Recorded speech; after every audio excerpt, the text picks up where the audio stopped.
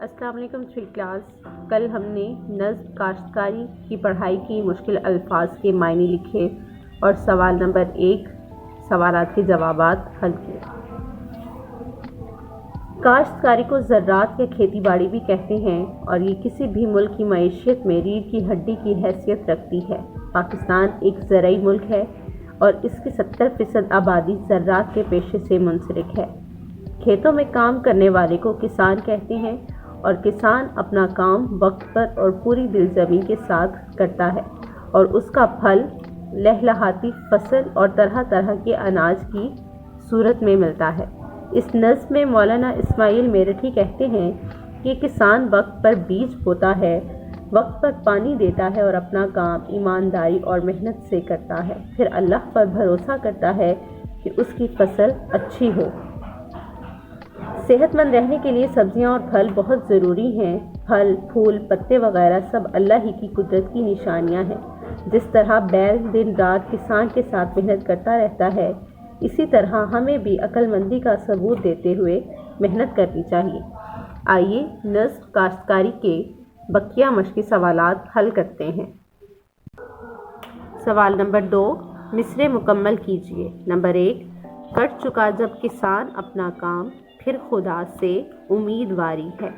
Number 2 سرسری سات پات کو مت جان۔ دوسرا مصرعہ اس پہ تو زندگی ہماری ہے۔ نمبر 3 بیل سے پڑھ جفاکشی کا سبق، کچھ اگر تجھ میں ہوشیاری ہے۔ نمبر 4 دیکھ چوپائے سے نہ بازی ہار۔ دوسرا مصرعہ تیری ہمت اگر کراری ہے۔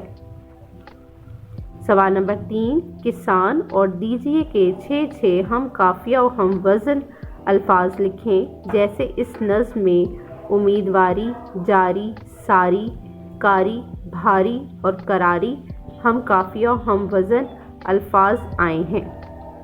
الف کسان، انسان، حیوان، جان، جوان، آن، کمان۔ بے دیجیے، کیجیے، لکھیے، رکھیے، پہنیے، کہیے، گائیے۔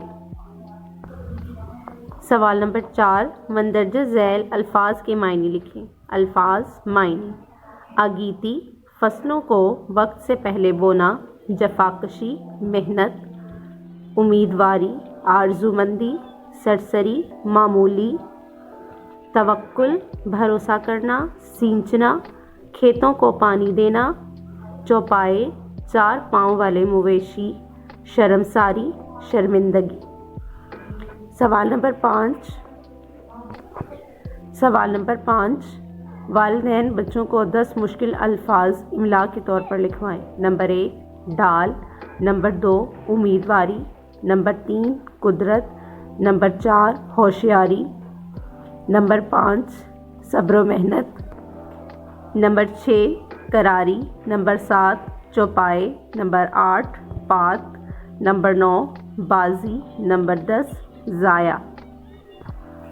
سوال نمبر 6 درج ذیل الفاظ پر اعراب لگائیں تاکہ ان کا درست لفظ واضح ہو سکے۔ نقش، صبر۔ سوال نمبر 5 والدین بچوں سے 10 مشکل الفاظ املا کے طور پر لکھوائیں۔ نمبر 1 ڈال، نمبر 2 امیدواری، نمبر 3 قدرت، نمبر 4 ہوشیاری، نمبر 5 صبر و محنت، نمبر 6 کراری، نمبر 7 چوپائے، نمبر 8 پات، نمبر 9 بازی، نمبر 10 ضائع۔ سوال نمبر 6 درج ذیل الفاظ پر اعراب لگائیں تاکہ ان کا درست لفظ واضح ہو سکے۔ نقش، صبر، کسان، ہمت، دست قدرت، توکل۔ سوال نمبر 7 بچے میرا وطن کے موضوع پر 7-8 جملے لکھیں اور بتائیں کہ میرے وطن میں زمین کیسی ہے، موسم کیسا ہے اور میرے وطن میں کون کون سی فصلیں بوئی جاتی ہیں اور کون کون سی سبزیاں اگتی ہیں۔ میرے وطن کا نام پاکستان ہے۔ یہ 14 اگست 1947 کو قائم ہوا۔ پاکستان ایک زرعی ملک ہے۔ اس کی زمین بڑی زرخیز ہے۔ اس میں 4 موسم ہوتے ہیں: سردی، گرمی، بہار، خزاں۔ بہار کے موسم میں طرح طرح کے پھول کھلتے ہیں۔ گرمیوں میں شدید گرمی اور سردیوں میں شدید سردی پڑتی ہے۔ گندم، گنا، چاول، کپاس اور تمباکو وغیرہ یہاں کی خاص پیداوار ہیں، اور ہمارے ملک میں ہر طرح کی سبزیاں بھی پیدا ہوتی ہیں، مثلاً گاجر، مولی، شلجم، پالک، مٹر وغیرہ۔ غرض یہ کہ میرا ملک جنت کا ایک ٹکڑا ہے۔ 3 کلاس سرگرمی نمبر 1 کریں گے۔ تمام بچے کام کرتے ہوئے کسان کی تصویر اپنی کاپی میں چسپاں کریں گے۔ سرگرمی نمبر 2 کریں گے۔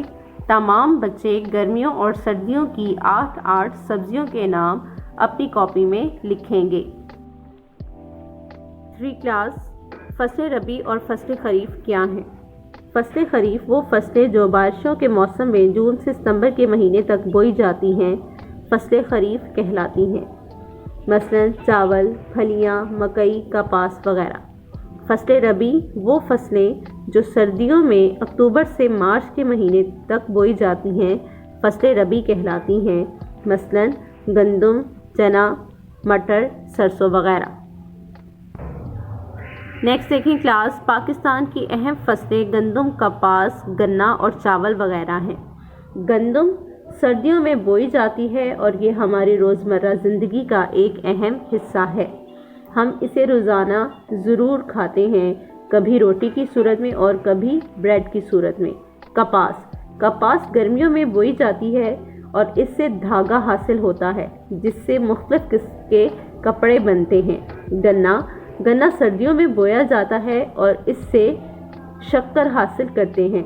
چاول گرمیوں میں بوئے جاتے ہیں اور اسے ہم مختلف طریقوں سے پکا کر کھاتے ہیں، مثلاً بریانی وغیرہ۔ نیکسٹ دیکھیں کلاس، پاکستان کی نقد آور فصلیں کون سی ہیں؟ پاکستان کی نقد آور فصلیں وہ ہیں جنہیں ہم دوسرے ممالک میں بیچ کر روپے کماتے ہیں، جیسے گندم، چاول، کپاس اور گنا وغیرہ۔